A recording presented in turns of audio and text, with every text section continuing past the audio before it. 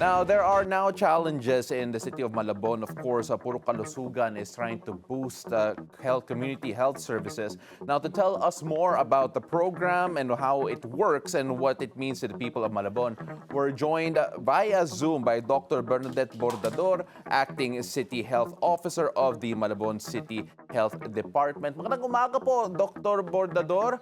It's a beautiful day. Yes, magandang umaga po. Doc, let's start off first with Puro Kalusugan. Ano nga ba ito at ano po yung overall vision for this program para sa mga mamamayan ng Malabon?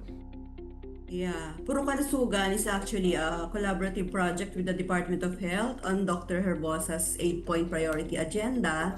It's bringing 8 priority services sa pinakamaliliit na unit where we can bring health services.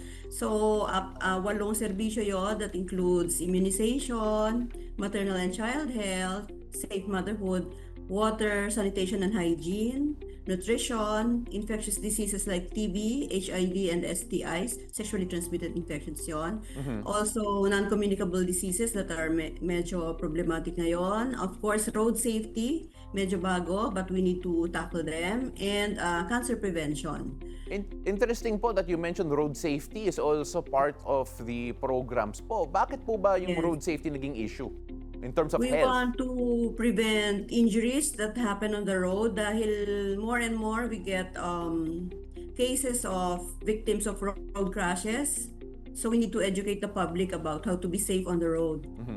So naging preventive na rin po yan. So when we Yes. talk about yung mga specific health challenges po or yung mga gaps na naging inspirasyon kung bakit kailangan yung programa nito, what are those challenges and gaps? Right now kasi we have increasing in the morbidity mortality rates. Matataas po for non-com, cancer, yung mga ganyan. Although also we have problems with infectious sa TB, tumataas siya kahit na ang tagal-tagal na natin itong nire-respondehan. Also the problem with HIV. Malabon is not exempted from increasing cases. Kaya kailangan po nating tutukan at dalhin sa mga community ang mga services that can respond to these needs. Also for health financing through YAKAP, PhilHealth YAKAP program that gives access sa mga hindi pa miyembro ng PhilHealth. Na-mention nyo po na yung TB, tumataas po yung mga kaso kahit matagal na ina-address. Are there any reasons specifically po kung na-identify po ninyo kung bakit tumataas yung numero ng mga kaso? Yeah, kasi ang TB treatment takes a long time, 6 months minimum. Tapos they need to take so many drugs at one time. Kaya ang problema doon is usually patient compliance. Feeling nila, pagka nakainom na ng saglit or maybe say 1 week, tapos nag-i-improve ang kanilang symptoms, feeling nila okay na yon, na hindi naman. Kasi we need to complete at least 6 months to make sure that the bacteria is gone. Ganun. There are 8 particular focus areas that, if I'm not mistaken po, that Puro Kalusugan is going to try to address. Could you run through the 8 focus areas po? And siguro kung ma-identify niyo po kung ano yung biggest challenges po ninyo in terms of addressing these certain focus areas. Yeah, we begin with the National Immunization Program. This is providing vaccines for children in the priority group, usually yung 0 to 1 year old, para sa mga bakuna, sa mga sakit na pwedeng prevent sana ng bakuna. So yan ay measles, pertussis, actually primary complex, polio, diphtheria, yung mga yon.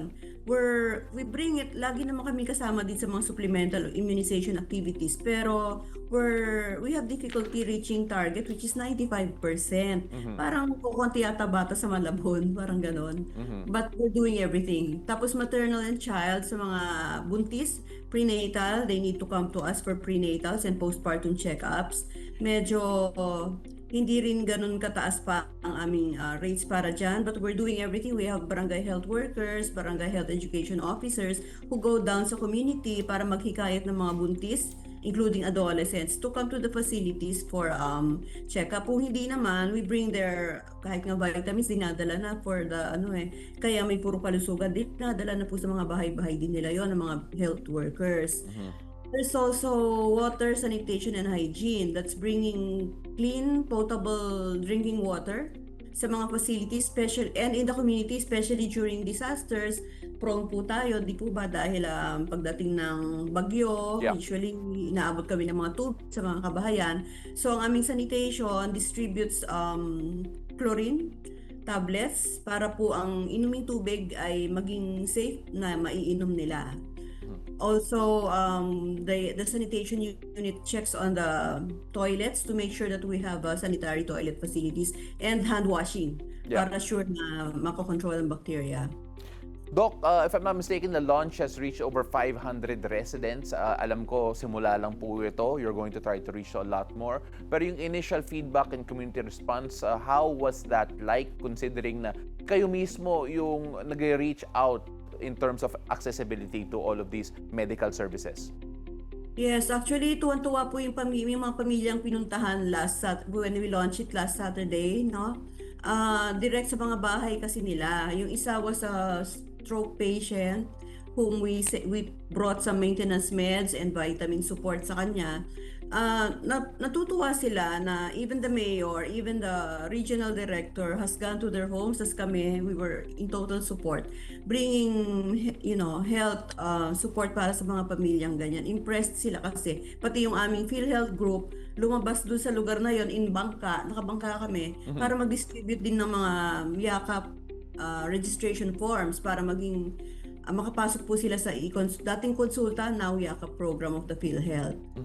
Ma'am, na-mention mo, kailangan pa kayo magbangka to reach certain areas. There are parts of Malabon na talaga mahirap i-access. How can you ensure that Puro Kalusugan is able to reach those remote at mga underserved communities po?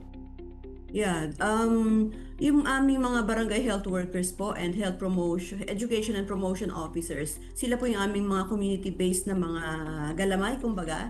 Sila yung mag-maintain ng communication and contact with these areas. Pero hindi naman, our medical personnel also go down kung kailangan. Dinala po namin din actually ang bakuna sa area na yan in Artex compound that week then, prior to launching ng Sabado.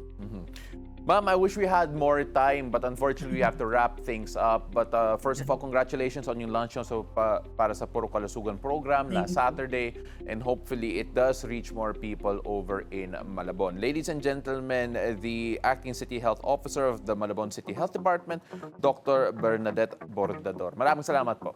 Thank you.